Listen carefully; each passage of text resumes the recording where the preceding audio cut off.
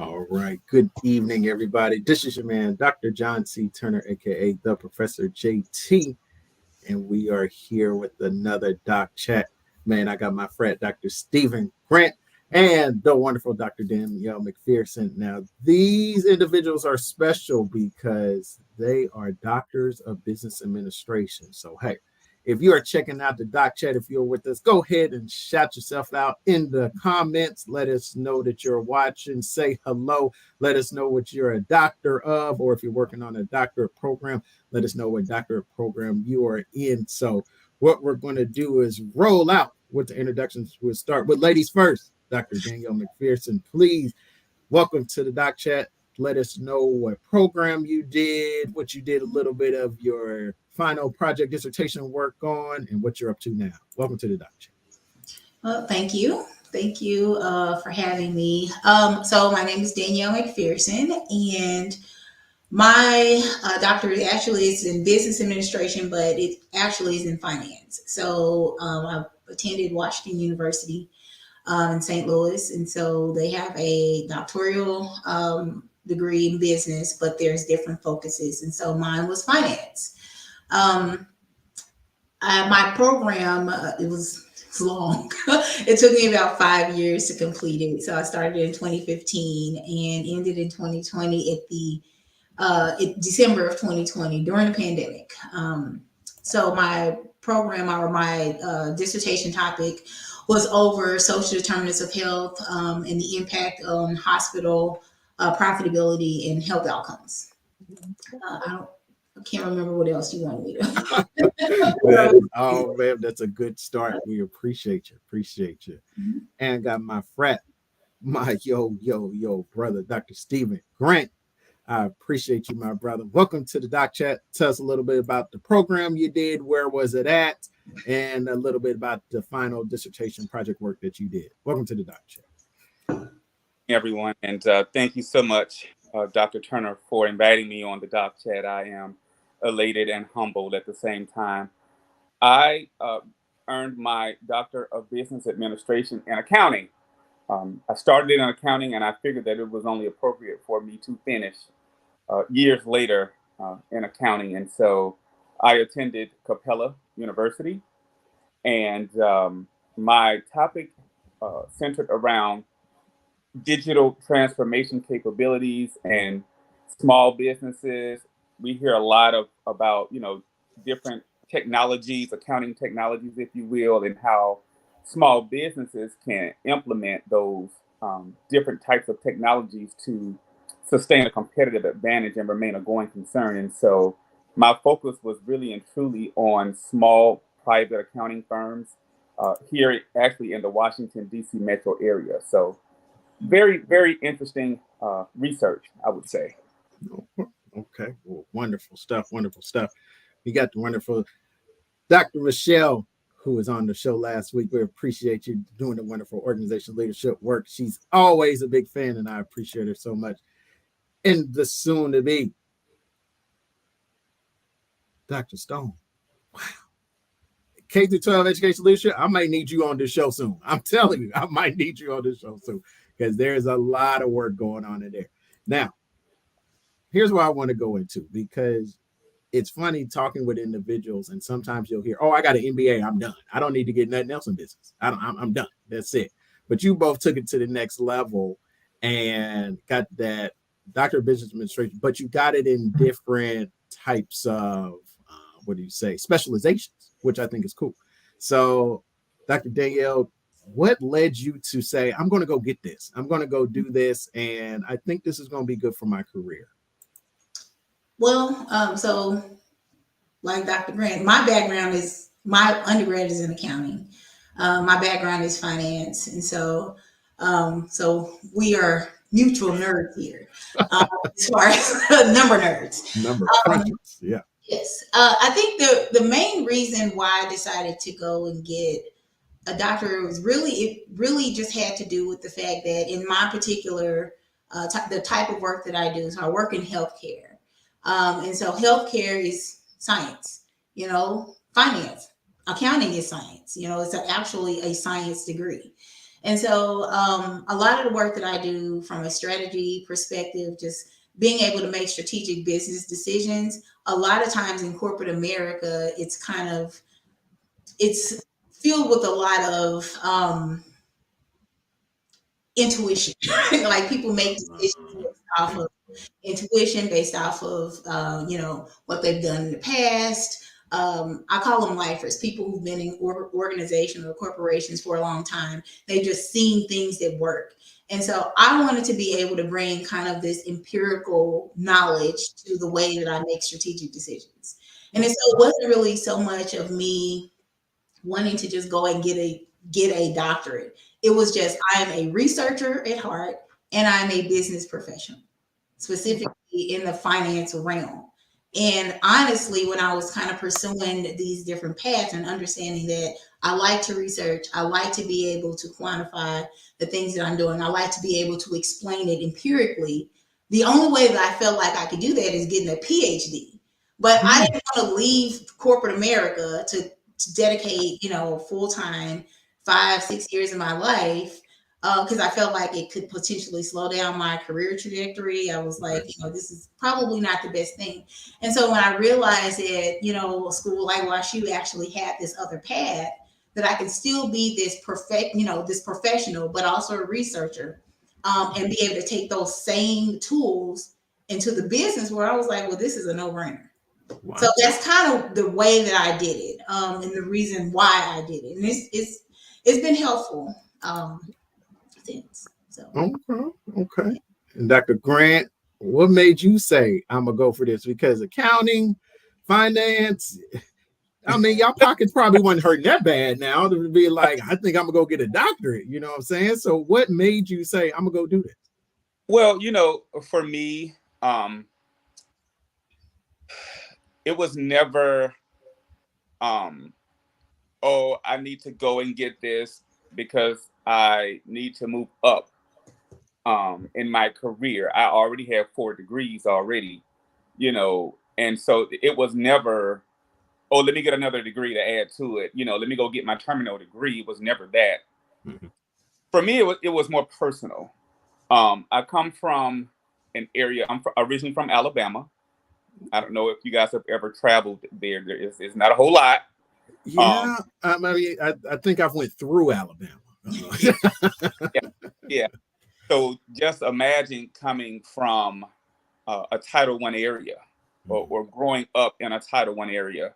And so I didn't have some fancy education. I didn't go to the top tier, charter schools or magnet programs or private schools. Mom and dad didn't have all the money in the world to send me to private school. And so um, it wasn't until I had finished my last degree at Alabama State University in Montgomery, I kind of had a come to Jesus almost moment. And I said, you know what? I want to continue my education. I just did not have the wherewithal to do it. I could not finance it because up until that point, I had always um, if I had always found sources. I never had to pay for school, thank Yeah, God. And that's good. so it had got to a point. It was like, well, if I take the PhD route, then more than likely I would have, in order to get some kind of assistantship, I would probably have to dedicate my life full time to that and go to school full time. And if I go and do the practitioner route, well, I got to find someone to put that $60,000-$70,000 bill. So I said, but let me just go to work. Let me get back into the workforce. And then I got the opportunity to start being an adjunct. And so I did that for about 7 years. And at the time, Strayer was separate from Capella. And so this company, this corporation, I think it was called SEI, Strategic Education Institution or something like that back in the day. They ended up acquiring both Capella and Strayer and some other institutions of higher learning as well. And so all the time that I was at Strayer, our benefits, because of the fact that I was considered a part-timer, we were not allowed to take advantage and be able to go to any university, to go to Strayer University, for free if we wanted to. However, when both schools were acquired, that meant that Strayer had to go back and adopt new HR policies. Mm-hmm. And one of those HR policies as it relates to education is stated that it doesn't matter whether you were full-time, part-time. If you want to go to school, you can go to school for free, basically. Wow. And so I continued to teach. And at that moment when I realized, hey, I could go back to school again and not have to really pay, sign me up. That's right. you That's know, right. But as I started to get into it, recognizing the industry that I was in, because I've always been an accountant or I've done program finance, especially in the Washington, D.C. metro area, I got some really good firsthand experience with working with small businesses and contractors because I had been doing it for quite some time. Okay. And so over the years, I'm seeing, these different trends and what's going on, these external factors. And so I said, you know what? This looks like a perfect opportunity for me to, conduct some research and try to figure out why this is going on. Why are these small businesses being acquired in this space? Mm-hmm. What is going on? And so I learned firsthand, even with the small business that I was working for, they had these rudimentary systems and, it was very manual. Yeah. And so that led me to my particular dissertation or my applied research project. And Okay. so it was a no-brainer for me to do it in accounting. Okay. So, and going back to Dr. Danielle, because now you're in the program. You got in, wrote the letters successfully in the program, different things like that. What was the kind of like aha moment when you got in the program? Like, oh shoot, like this stuff is serious. Like I'm doing the real doctor work now. Well, first class, no. So you have to understand. It was a break. So like I got my master's degree in 2004. Mm-hmm. And then fast forward all these years later, I'm starting this program in 2015. So I had all this time to not study and to not have to be accountable for recalling information. I was working, and of course you're just kind of working, you get into the vibe. And honestly, you don't realize even in work, you kind of have homework. There's certain things that, well, at least, so Dr. Grant, you can understand this. Like when you are working in accounting, that stuff never stops. You're constantly trying to figure out, or even in finance, trying to figure out if you did a formula right. Did that journal entry really, was it, did I Yep. really just plug this number, or is this really the right way that this is supposed to land? Yeah. And so you're constantly kind of thinking about that anyway, but that's just, I just call that work. It was this deliberate attention to work that was outside of things that I was getting paid to do. Mm-hmm. Is when I was like, oh, so I have to do this for the next, 5 years. Yeah. I honestly, it was at first class. It was just kind of sitting in, because I didn't have the, the flexibility to take it online. Like we had to go to class. That was another thing, just kind of, being able to, because I know a lot of schools transition to having online programs. And so you could, get out from work, take out one computer, swap it out for your personal computer and go to class. I had to pack a bag, get in my car, drive to school, sit there, and it was odd. It was odd, but it was real. And I think it was that day when, I knew I had to be responsible for turning something in. I was like, what did I sign up for? So it was at first class. Yeah. And soon to be Dr. Song says stats. That's all she had to say. I know that one. Like, yeah, you hit that stats class, you wonder, what am I doing in my life? What am I doing? Dr. Grant, what about you? Getting in and you're like, oh man, this done hit. Well, for me, this is real. My program at Alabama State, I had finished back in 2011.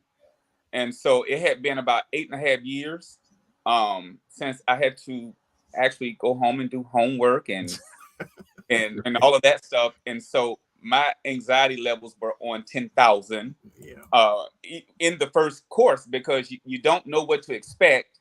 And my program primarily was online. However, we had the Zoom teleconferences, every week with the professor and all that good stuff. But other than that, you were literally like, here is your syllabus. These are the dates that things are due. You need to get it done. Yeah. And I'm looking at this stuff and I'm like, what the heck? Too late to back out,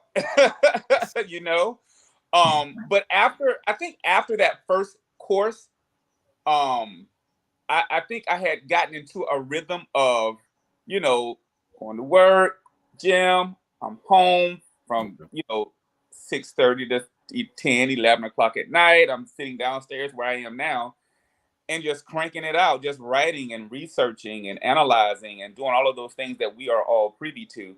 Right. And so it was definitely that first class that really got me together. Oh, yeah. We are here on the Doc Chat. Got the great Dr. Grant, Dr. McPherson, showing love, Dr. Woody. Hey, you're in the final stages. Push through, brother. Push through. I'm telling you right now, go ahead and get that thing done. And we are here talking to the doctors of business administration now. You get to that finish line, Dr. McPherson. Now, did you do a dissertation or did you do a final project? And kind of what were your steps into that? What all did it take for you to get to that finish line? I did a dissertation. So I finished my dissertation during the pandemic. So it was in 2020, and my dissertation chair. So thankfully, of course, my degree is finance, and one of my advisors, he was on my dissertation committee.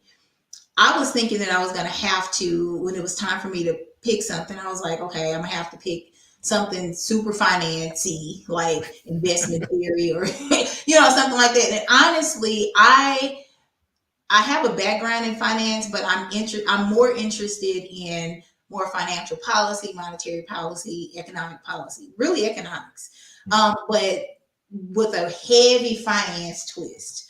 And I work in healthcare. And so I wanted to try to figure out how I can make this program work for me. And so I talked to him. His name was Professor Gokwan. He recently passed away. And I was still very sad about that. But he actually sat down with me and said, you can make this what you want to make it. Wow. So I was like, okay, well, do I need to pick dissertation, committee members from only the finance department? He was like, no, you can reach across the aisle. You can select people from the economics department. And so once he allowed me to open myself up to really craft what this process is going to be for me, my dissertation chair was actually the chair of the economics department. Oh, so, and he was in the finance department. So I actually had two economics people, my dissertation chair from the economic side, and then I had two people from the finance side. And then I was the healthcare. I was healthcare. So it helped me be able to be a little bit more well-rounded in the particular area that I wanted to focus in on. And I think with the world being shut down, it actually helped because I couldn't go out and kick it and do whatever else. I had to focus, had to finish, with nothing else to do. So during, from January 2020 up until December, I was heads down. I had already did my literature review. I did that in fall of 2019. And so I was able to really dig into the research. And I had one of my committee members, dissertation committee members, their name is John Horn, Dr. John Horn. He was kind of my lifeline in the middle of the night. Like, this man, I'm still grateful for him, but I would be running regression analysis 10, 11, 12 o'clock at night. And if something aired out, I would send him an email and just say, okay, here, this is what's happening. It's not working. And he would respond back. And so I think just being able to have people that were invested in my success during that time really helped, and the pandemic helped. That's what I was telling you earlier.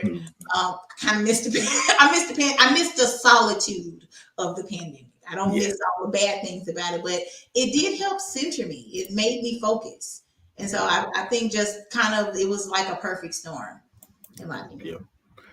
Dr. Rencher agrees with you. Look, if you made it through that, Yeah. Yes. That is so true. he's saying y'all go for rock stars. And I agree because whew, I did that nice qualitative study. That was good enough for me. Nice qualitative. Dr. Grant, what got you to that finish line, brother? You talk about all online. You didn't even see nobody from the beginning a lot of times anyway. It was on you. Well, it was, but I did one of my master's programs online as well. So I already had adopted that mindset of, oh, if I need help or, any type of assistance, me personally, I try to go and figure it out. I'm one of those individuals. I'll try to figure it out on my own. Yeah. If that means, another great hair, pops up, it's okay. I learned it, but it was when I literally had come to my wits end, and I was like, okay, let me reach out to my chair and get his perspective on whatever it was that I was having issues with. But I would have to say my chair, Dr. Kevin Danley, retired military. He ended up getting his PhD in, I want to say, organizational leadership. I believe back in 20. It was either 2019 or 2020. So He's he fresh out himself. when I started in January of 2020. So right before the government told the world that we were in a global pandemic, and so during that entire time, I loved it. Like Dr. McPherson, I enjoyed it because I couldn't do anything anyway, and so I used it as an opportunity to get ahead academically. And so when it came down to actually finishing, and once all of the didactic courses were done, and I had gotten to that point of actually building those different sections, the literature review and all of that good stuff, I would have I had a support team, whether it were some of my cousins or anyone that I could lean on, even a lot of fraternity brothers. They were very supportive because they had already gone through that process as well. And so, I would call them and vent, and they would kind of, talk me off a cliff. Oh yeah. Multiple times, but it was Dr. Danley's investment in my success in the program that kind of kept me on that right path. And it kept me, pushing towards the end. Yeah, there were a couple of times where I wanted to give up, especially considering I did a qualitative study as well. Okay. Yeah, I did a qualitative study, and when it came down to the coding and theming, I think I probably used one of the most manual programs out there, and I should have done a little bit more research before I decided to use Delve. Never again. A brother of mine, of ours, down in Atlanta right now, he's trying to figure out what program to use. And I said, whatever you do, just stay away from Delve. Oh my goodness. But once I had gotten into it and I had uploaded my transcripts and I was sitting there, playing with it or whatever one day, I said, oh, this isn't that bad. And then when I really and truly focused, I was like, why did I do this? I should have just paid whatever it was to get one of those good programs, But it's okay. It's all done now. But yeah, it was the consistent support. Yeah.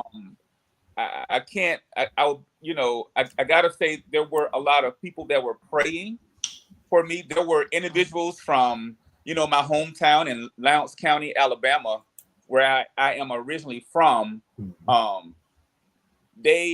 Some of them hadn't even gone to college, but they knew how much it meant to see someone from Lowndes County, an African American male, to be able to leave an area like Lowndes County and to go on and to get, to pursue a terminal degree. So their consistent prayers, it definitely got me through to the end. It really and truly did. It had gotten to a point I was ready to throw in the towel, seriously. Yeah. I want to all probably experience that at one point or another. Yeah. I'm telling you, they showing you that love right there, Doc. They showing you that love. We appreciate you. Appreciate the love. Appreciate the work that you're doing. And they're saying there's one that works pretty good out there for that qualitative. They're saying one works pretty good. So I've heard about that one. Oh, okay. Yeah. So, it's one of those things to where, and I talk about it a lot, especially on the show, and especially, looking at different things. We came into this thing not really knowing too much about this doctor thing and had to learn on the fly. And unfortunately, that catches a lot of people off guard, and it hurts sometimes because if you don't catch it quick enough, kind of like Dr. Grant was saying, you get left behind. You really can. So I'm proud of both of y'all. Definitely proud of both of y'all. We are here on the Doc Chat, Dr. McPherson, Dr. Grant, the Doctors of Business Administration. And you know what time it is. It's that fun time where we show them at that finish line. Okay. See what we got here. See if it pop up. Let me go back. There it is. Oh, look at that. Yeah. My brother-in-law who took these pictures, because remember, I just said this was December of 2020. I had the whole campus to myself. So at least in that particular moment. But Maurice Young is the photographer for this. So I was very appreciative of him coming out and helping me out there. Okay. So did y'all have a ceremony? Did you get hooded and everything? So the ceremony was actually in 2021, May of 2021, outside, and they did not hood us. So because the pandemic was still hating on us. And so, but 2022, they were like, okay, you can come back and get hooded. But I'm like, man, look, I didn't even say, like, I'm not doing that. So, I just kind of wrote it off to this was, situation, pandemic, but at least, I got some pictures, and at least I got a chance to go to the graduation that following May. Okay. Nice. Well, that's dope. That's what's up. Well, I'm telling you, what was it finally like getting done? Putting the robe on, putting on the tam, putting on the hood, taking these pictures. What was it to you just to say, man, I did this thing? Because you said you started, we were talking before in 2015, not everybody started finished with you. Yeah. I just thank God. I think it was just, you kind of, there's things that you go through that you feel like, okay, that you could see an end in sight. And I think it was just kind of like at a certain point, I guess it was around year 3, I was just like, when is this thing gonna wrap up? But I think when I finally got the go ahead to do the graduation application, and I knew that I had a date. I knew that it was going to be finished. It was just this huge sense of relief. But it was not like crossing the finish line. It's almost like, I don't know if you play video games, but like if you hit a checkpoint, like if you're driving one of the video games, you hit a checkpoint. It's kind of a finish line, but you have to keep going. So it was more of that. Like, okay, I hit this major checkpoint, but now the real work starts. Now I need to apply the stuff that I actually learned. So. Okay. Well, just amazing shots. We appreciate the work you did. And hey, you got there. That's all that matters. And I think some people don't realize that it's like, look, regardless of what happened after I got there. Yeah. That's what matters. That's definitely what matters. All right, Dr. Grant, you are up next. Let me see if I can get these up. Let's have a little fun here.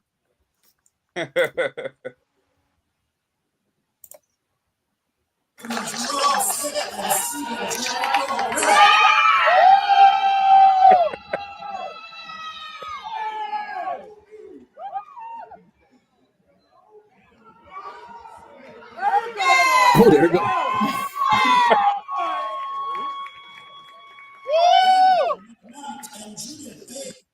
beautiful right there. That's beautiful. Beautiful. So you all got to cross that stage. So tell We, us, what was it? What did it feel like to be that you guy know, right there? oh yes, sir. You know, for me, I never imagined that I would have excelled as far as I did um, in higher education. You know, I come from a household. My dad, I don't even think he finished high school, and my mom, she started at a community college, and she never finished because her mom and dad, they just didn't have the money to, pay for books, and so understanding that, um, my parents, they were huge advocates for education, and so they have always, even if they did not know what I was doing half the time, they knew that education is the door to everything else to come, and they knew that education was something that no one could ever take from me, and so they instilled that in me at a very very early age. Mm-hmm. And so, and I can't, I always revert back to my hometown, Lowndes County, because when I actually finished, I dedicated my degree to them because when you come from areas like that, there are already a ton of statistics, right? There are statistics that are placed on you. Oh, you will do good if you just finish with a high school diploma, or you know you may not make it. If you make it until you get to the age of 25, you may have a chance in the world, so to speak. Mm-hmm. And see this black boy come out of Lowndes County and to be able to go on and do all of these things, for me it was a humbling experience. Yeah. That's not something that I take lightly. However, it is something that I look back on and I say, you know what? They always say nothing good comes out of Lowndes County. Well, I am a true shining example that if you put your mind to it, you can definitely achieve it. And not only that, I want to, be a beacon of hope to those to come, Yeah. tomorrow's leaders that, hey, look at me. I didn't have some fancy education. I went to two HBCUs, Tuskegee University and Alabama State Hey, that's University, fancy. That's fancy. You know. and I made it. I didn't go to I didn't get some Ivy League education. I didn't go to Right. Yale. Right. However, I had a winning spirit. I had determination. Yeah. I embodied perseverance, Yeah. and the prayers of my family and close friends. Those were the things that really and truly got me through in some of those toughest moments. And we all have them, those moments of doubt and uncertainty. However, I'm a firm believer that if you stay grounded and stay humble, and you continue to push through, eventually you will make it to the finish line. And so I am here today, for anybody that is out there watching us right now. If you have a determined mind, and if you put your all into it, you will be able to reap a harvest. And so it was not easy, you know getting a doctorate. It doesn't matter what field or specialization, it is definitely earned. It is definitely earned. There were a lot of sleepless nights, Yeah. but we now get to reap the benefit of that, and so Yeah. I will forever be blessed um, because of that. That's true. That's true. We're here on the Doc Chat, Dr. McPherson, Dr. Grant. I'm telling you, you talking about spitting fire, and I love every bit of it right now. This is some awesome stuff. And a question has come up, and it is a question I definitely had myself. Why DBA? You got folks that just have MBAs and they feel like I'm good on that.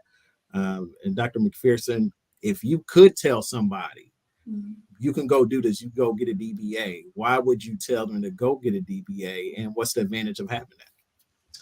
Well, I will say this. So I think I know. So my study was, or my dissertation was quantitative. So I went numbers all the all the way. All the way.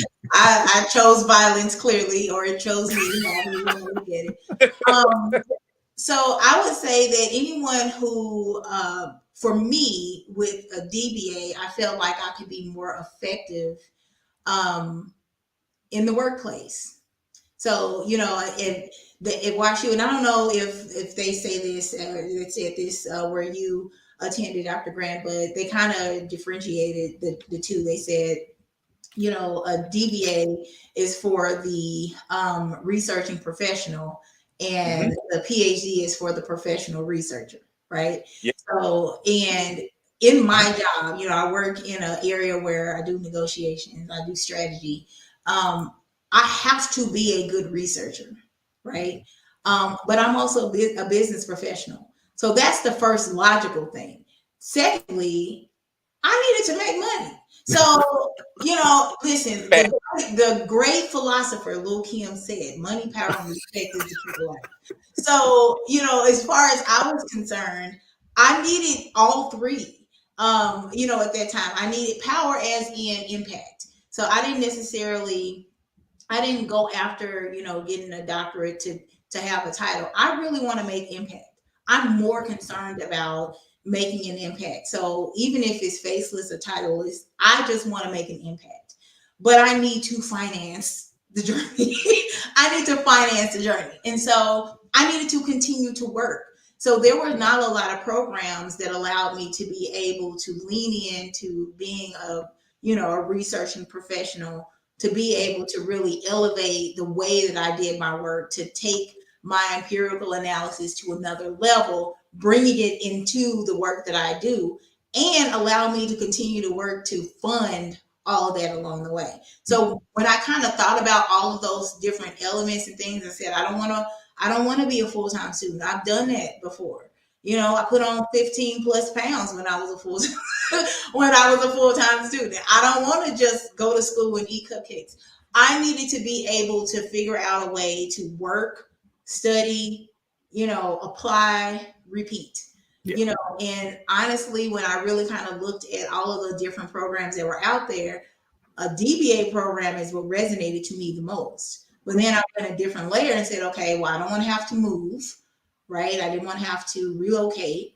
Yep. I wanted to go to a good quality school. And thankfully I live in St. Louis, and Washington University is here in St. Louis. And so it kind of allowed me to to me, it just made sense. Yeah. It made all sense. It made logical sense. It made financial sense.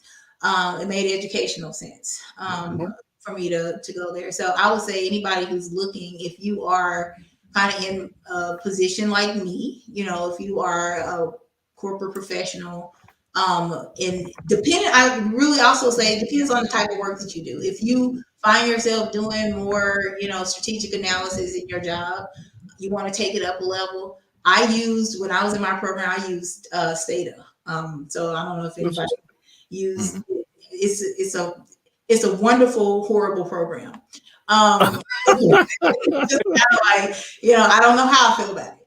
But I use that. But honestly, I have found myself going back using Stata for stuff that I do at work. Just saying, okay, let me fact check and see if I was to apply this in an academic arena, would I get the same results? So it's just been helpful. So if you're, kind of looking at that, I would say go the DBA route. I mean, I think both are wonderful. I think at this point now, they're both well respected in the business world. Is just the path that you choose. Okay.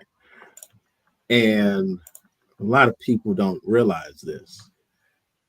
You were the first Black graduate of that Doctor of Business Administration program. Is that correct? Wow. Yeah, that is correct. That is correct. They told me that right before I graduated, actually, they said that I was the first African American to get the DBA and to get one in finance. And so it was kind of bittersweet, I think, because I was like, it's 2020. You mean tell me and no other black people go up in there and but it was a good thing, but it was one of those checkpoint situations. It's like, okay, well, thank you, this is great, but we got more work to do. you know Yeah. we got more collective work to do in this And, arena. and what was that little Kim quote again? I think Money, we need. power, and respect. I'm telling you, it's incredible just to see this. I mean, we got history on the doc chat tonight, folks. I mean, this is living Yeah. history. We just want to show you that love because this is just absolutely incredible. And we're just very, very proud of you because I'm telling you right now, um, this is going to be life changing for somebody to see and hear about. And I'm sorry, it didn't get enough news to me. This needed to get some news. This is beautiful, absolutely Exactly. beautiful. So we're proud of Exactly. you. We're proud of you. So same question going to Dr. Grant there. For Why me, would somebody go that route, DBA route? Why would you tell somebody to go that route? for me, I had to take a step back once I gained an understanding of the traditional Doctor of Philosophy degree and the Doctor of Business Administration. I then had to take a step back and understand and really, sit with it for a while and ask myself the question: what is it that I am trying to do in my career, or how will this help catapult me to that next level? Like, what will I use this for? And so I came up in corporate America. I've worked at the Raytheon companies and the Lockheed Martins and Mhm. the Accentures and all of that stuff. So I really and truly have that corporate background. But I have enjoyed teaching. I'm teaching now part time, and I always felt a strong connection with students. In fact, it was never my intent to, even start out in accounting and finance. I actually, when I started at Tuskegee University, I was in secondary education, mathematics. I was, and it was not until I had a conversation with of course, the dean of the business school is going to sway, you know, my thoughts and what I felt about. So she quickly said, you like vacations and you like to do this and that and the third. And I said, yeah, I do. She said, well, you need to switch to accounting because that's going to afford you the license. you, so that you Wow. can trips Wow. and all that. And the third, she laid it out there like that. And at the time I was 18 years old. I had literally just started. So I didn't quite understand. But as I got older and got into my career, it made sense. And Okay. so, and I have much love and respect for the education field because I do have family members who are educators and administrators, and I've heard quite a few things and about what's going on in their world and all of that stuff. So I have a lot of love and respect for them. But for me, it came down to me seeing this problem in Mhm. my in industry that I was working in, Yeah. and I said, how can I solve that? Like, how can I really and truly make a difference? And so, for me, I always knew that I wanted to, because of course, at this point, I have 16 years under my belt, but I wanted to stay on that path. And I have to say, it was about the Benjamins as well, and I didn't want to go. Um, want to go to education full time. I kind of like my lifestyle the way that it is now with corporate, and I still get to teach, Yeah. part time. So I get the best of both worlds. Yeah. But I am a hands on. I see an issue, and I'm going to want to try to figure it out. Let's and so that program allowed me to use research what's going on in the world now, present day, some of those hot topics in the realm of accounting to Mhm. help me solve a problem that's widespread across a lot of small businesses. Yeah. And so I'm hoping that with my research I can help a lot of small businesses and increase their profitability and sustain a competitive advantage. And so for those out there who are struggling with trying to figure out which route to take, I chose the DBA because I got the best of both worlds. I got the research, and I was able to apply that to a real world problem, and I was able to see it translate to that. So That's yeah. powerful. That's powerful. That's powerful. I'm telling you, they want to be like Dr. Grant. They want to be like Dr. McPherson. They want to make a difference, and we love it. And shout out to Lil Kim once again. Money, power, respect is the key. We love it. We love it. I'm telling you right now. We're here on the Doc Chat. Show these great doctors some love in the comments. We appreciate y'all for tuning in. We're about to wrap up here in a little bit. So we're going to go to Dr. McPherson one more time and just ask, where can people find you? And if you can encourage somebody who's in the doctorate right now, in it right now, in the battle, in the fire, what would you tell them? Okay. Well, first, a quick answer where you can find me on LinkedIn. I have a Facebook page. I have an Instagram page, but it's locked down because I know every single person on there. So, you can find me on LinkedIn. Definitely engage with me. I frequently just go get coffee with random people from my LinkedIn page. And I started that a couple of years ago just because I like to know who people are. It's just a thing that I do. Yeah. So yeah, if you actually follow me on LinkedIn, chances are I'll hit you up to go grab some coffee if you're in the area. But any advice. My mom, May McPherson, which I love to death, she has been a rock for me.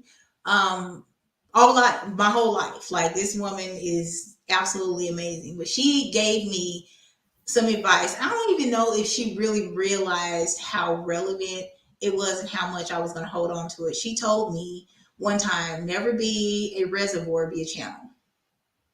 Mm-hmm. Okay. So don't just hold on to things. Let things flow through you. So you can continue to get things, you continue to learn, you can continue to get things, you continue to learn, you pass it and you pay it forward. It's just this constant flow. And I think about that from an educational perspective. When you're, advancing your education, we have to be channels. This is being a channel. What you're doing here, Dr. Turner, I think is great. I mean, because I think what you have done is taken information, experiences, and you're sharing it. You're not holding on to it. You're not letting it be a reservoir. You're not just keeping it for yourself. You're sharing the information. You're allowing us to share a story, share information. Somebody listening is going to take that information and share it. And so eventually everyone will just continue to be channels. And so if anything, I just want to just continue to be a channel. When you learn something in school, don't let it stop there. Tell somebody. The thing that irritates me the most about people that sometimes that we work with, they feel like, if I tell you what I know, I'm not useful anymore. That is a lie. If I'm holding on to everything, I don't have any room to get anything else. So just continue to learn, continue to be a channel, continue to share information, continue to get information. That would be my advice. That's beautiful. Absolutely beautiful right there. Dr. Grant, where can people find you? And somebody in that fire right now, they're in a doctorate degree. What would you tell them to help them get through that finish line? Actually, there were a few individuals who reached out to me via LinkedIn. And so, I was able to provide some really good sound advice. And of course, I drew on my own experience. But I can be found primarily on LinkedIn. I mean, yeah, I'm on Facebook, Instagram, Snapchat, and all those other platforms. However, primarily LinkedIn. I'm out there. It's my full name, and so I am definitely there.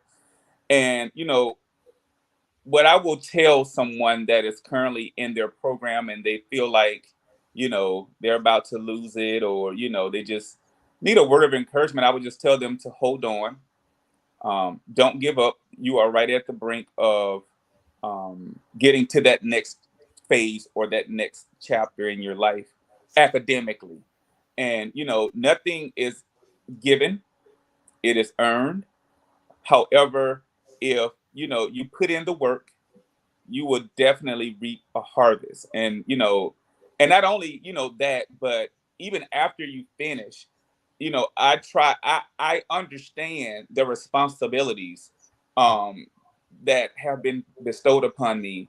I have to be a trailblazer for those who dare to dream big, and let them know that anything is possible if they put their minds to it. And just make sure that you surround yourself with positive people, because that can definitely be draining if you don't surround yourself with the right folk.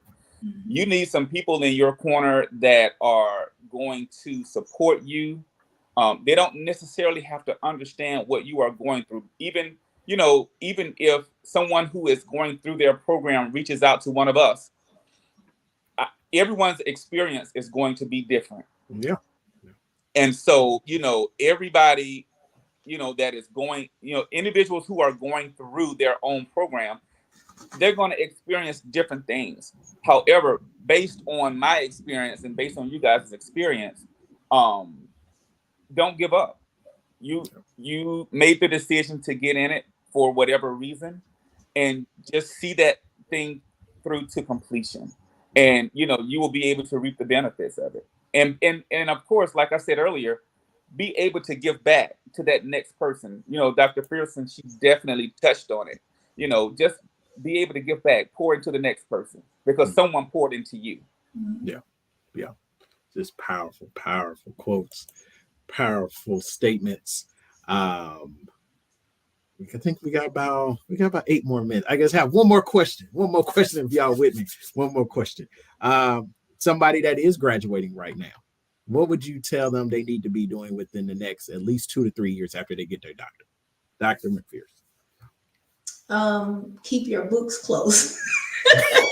That's good. I mean, because the thing is that you don't you should always like stay sharp, like go to conferences, Mhm.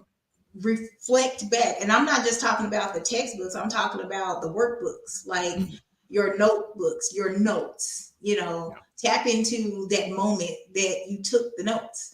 But I would say constantly go to conferences. There's webinar, there's so many options now post 2020. You can tap in and learn so much. I would just say kind of keep the foot on the pedal. Don't celebrate too much. Don't tabernacle at this moment that I'm a doctor and now you need to apply and show that it actually meant something. That's good. That's good. Dr. Grant, somebody that's graduated within the next couple weeks here. Oh, they gonna get hooded. Oh, they doctor right now. They feeling they feeling good. But what would you tell them the steps they need to take within the next 2 or 3 years to make sure they know getting that doctorate was worthwhile? Well, honestly, I would have to echo Dr. McPherson's statement, in that, when we go to get our CPA or our CGFM or our PMP, we have to do continuing ed courses. And so in order to stay current in that field. And so the same is applicable to your DBA. It's important to not only surround yourself with like-minded individuals. However, in addition to that, it is also important to, go to those different conferences. I know when I was an undergrad, I definitely need to get back active in a lot. They have the National Black MBA Association. They have the National Association of Black Accountants, the Black Doctoral Network. They have all of these different conferences and organizations where you could get involved in and continue to learn and grow professionally. And so I think that it is critically important that you do that so that you can stay on top of your A game. Mm-hmm. That's true. That's true. Because I think where people end up forgetting about is the work's not done once you get done. Yeah. It begins. It definitely is a next level. And, being a man of God, believing in the word of God, too much is given, much is required. And so what a lot of individuals don't realize, they thinking, oh, I'm good. I'm made in the shade. I got my doctorate now. I'm done. but you realize the work is going to be even more now because you're going to be looked at as a thought leader. So it's very important, very, very important. So yeah, Mm-hmm. I'm telling y'all, this was fun. I enjoyed this. You're part of the Doc Chat family now. I appreciate y'all and trust and believe. Yeah, you're gonna have some folk reach out to y'all now. They go be like, I "Oh," ask away. and we appreciate that. We appreciate that. Dr. Grant, Dr. McPherson, it's been fun. It's been amazing. I appreciate y'all both. Y'all both are, I'm telling you, you're just amazing to me to see the work you've done. I appreciate you, Dr. Grant, your support. You always supported on my posts. And me and Dr. McPherson, yeah, we were those pandemic babies out here trying to get done. We was trying to get done. So I wanted to say I appreciate y'all coming on. Thank y'all, everybody that checked us out, all the great comments, everybody that jumped in. I appreciate that. And the Doc Chat continues. We got some great lineups coming up. And I'm telling y'all, thank y'all for the support.